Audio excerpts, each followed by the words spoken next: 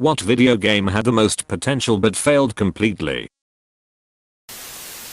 I'm Alive. I think it was originally meant to be a full game, but it got cut back to a 6-hour one instead.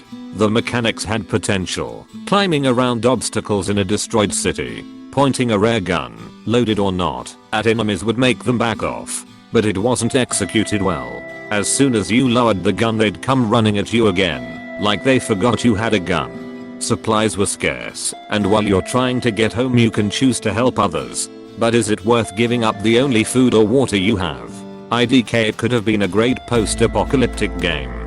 That's the one where they're fighting over a bottle of water in the trailer and the glass breaks out from underneath them. Something in another comment reminded me of this trailer and I couldn't remember for the life of me what game it was. The trailer got me interested, but I don't remember ever hearing/seeing anything else about it and it kind of fell off my radar. I guess now I know why, since it's made this list. Bummer. Yup. What looked like dystopian survival turned into free climbing simulator. Worlds Adrift. Build skyships to explore player designed islands. Be a sky pirate with a grappling hook. Was a lot of fun, but never gained popularity, mostly from griefers in higher level areas, and the servers were shut down about 18 months ago. Such an amazing concept, all pissed away because the developers didn't design around the fact that players can be assholes. Last Oasis recently suffered a similar fate. I'm so happy to see someone else saying this. I had quite a lot of hype for that game and just assumed, foolishly, that the devs would be smart enough to realize that, in building a game like this, they would also need to build in appropriate limitations or incentives to play in a way that doesn't ruin the game for other people. But of course they didn't. Does anyone remember Nether? It was a survival game with strange monsters in a large city where players had to find equipment to survive. It was well received in the first few weeks, but the devs never added anything. The game died out pretty quick after that. Yeah, I remember some YouTubers gamma plays. Then it just disappeared after some months. I remember seeing Markiplier play it. It's how I discovered him. I watched him play it as well, and was super excited for the game. Even though I had no way to buy it, was so disappointed when the game faded away fast. Anyone remember APB? All Points Bulletin?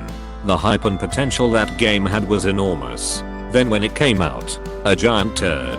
Yeah, it was like, oh my god, MMO GTA. Instead it was MMO janky lagfest. I never had lag playing it, but it got repetitive real fast, and even in the beta it was clear that people were dumping money into it to get the best weapons as fast as possible.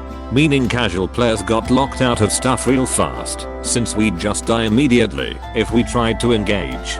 I placed gold 10 in APB as a fresh crim with the starting R. What a lot of people don't realize is the money guns weren't better than their standard alternatives, and in some ways they were worse. Like this Whisperer was silent, but had worse accuracy and lower range than the base SMG.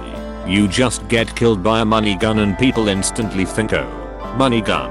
That's why APB's biggest problem is that they couldn't get rid of hackers. Once you hit the gold ranks every other game was against hackers. I'd regularly be accused of hacking in that game because I'd only use unmodded stock weapons and fluctuate between gold 7 to 9.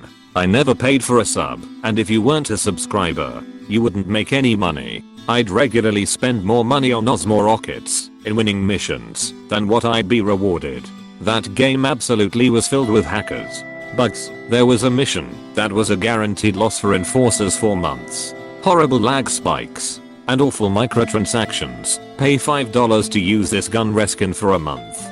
Despite all that, some of the most fun I've ever had in an online game was an APB. The chaos in full districts, the artistic freedom allowed with car/clothing decals, and personalized kill music.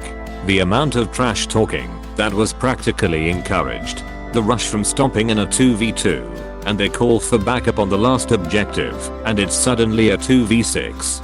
Do you call for backup as well, and lose out on a money/rep boost? Or do you hope they are too far away to get to where the objective is in time?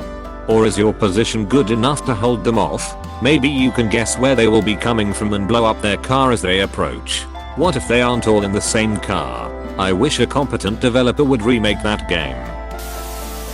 Cube World. The recent update that came out just completely shattered every last hope I had for the game. Got such a good game, but such a bad dev.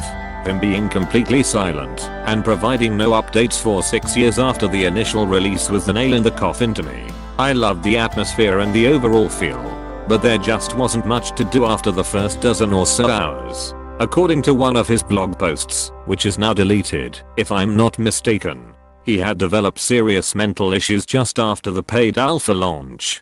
Believe what you will. For me it was Loadout. Really unique and fun. Fast paced and with an art style that could have been timeless. I really miss that game. There's an active effort to recreate it, and I really hope it works out. Would pick it up again in a heartbeat. Holy shit. That's a game I haven't thought about in years. I remember in like 2014 me and my friends played it religiously for about 2 weeks then totally forgot about it.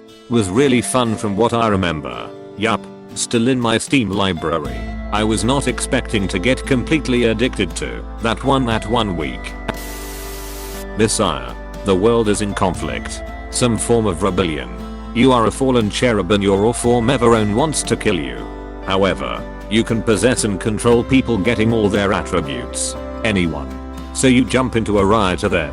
When the cops come jump into one fight the rioters then go back to HQ. Jump into the captain. To get to restricted areas etc. All the way till you get to battle an evil imposter god who's been pulling your strings. It was amazing and ambitious, but it was before its time. Messiah was an amazing game.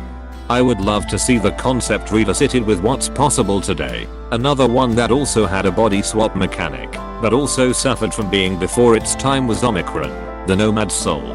The first chapter was amazing. The NPCs really reacted depending on the body you were in. But later the whole swapping was just a fancy way of leveling up your stats and became a chore. As much as I love DayZ and still play it, DayZ standalone. I bought it, ran for half an hour, found a can of beans with no can opener, was almost dying of thirst when someone murdered me for my can of beans. Future sessions went about the same way. All the amazing interactions with people I was seeing on YouTube seem horribly staged now. Everyone I ever met in that game killed on sight. Find another player with jackass like myself. We go scavenge together. Divide everything up equally. We finally start doing alright. They wait until I've got my back turned and kill me. To ask man who was the real monster. The real monster was the friend we made along the way. Plants vs Zombies 2. The first game was great, and being backed up by a major company makes them implement microtransactions. Whoever made the snow pea something you had to pay $5 for needs to be shot by a snow pea to death. That plant was one of the more iconic plants. Who has the balls, or lack thereof, to put it behind a paywall? Scum. Duke Nukem. It was supposed to have been an awesome return of the guy. Devs brought the character straight into the pooper. I just want another Duke game. I don't give a s if it's just a Doom Eternal clone. Since there aren't any such games on the market, I think the closest we'll get is a Duke mode in Bulletstorm Remastered, which is actually pretty fun. Hello neighbor. The alpha phase of the game was better than the full release. I feel like the game was mostly popular because kids liked watching YouTubers play it. So the full game probably wasn't that popular because most YouTubers had already moved on to other games by the time it was released. I was interested in the game without having watched any of the YouTubers that played it. The idea was just good. Breaking into a mysterious house, and every time you get caught the enemy AI learns and adapts to your behavior. Setting traps and relocating objects. It just had a ton of potential. Then the developers just forgot what the game was supposed to be about and kept redoing everything again and again until they ended up with a boring and buggy game that shared nothing with the intrigue it originally had. Sonic the Hedgehog 2006. It's no use. Now I've got you. This will end it. Take this. We happy few. How did that go from a story-driven thing, like the Beatles meets Bioshock, to a weird exploration survival thing? It was never designed to be that. It's just the trailer setting up the story that gave people that expectation. So, it was a bad trailer. Then, yet further reason why games shouldn't have trailers. They should have demos. I think the trailer being too good and interesting is what failed them actually. Still so sad that EverQuest Next got cancelled. It's sad that Sony Online Entertainment was sold off. PlanetSide 2 is still fun, though.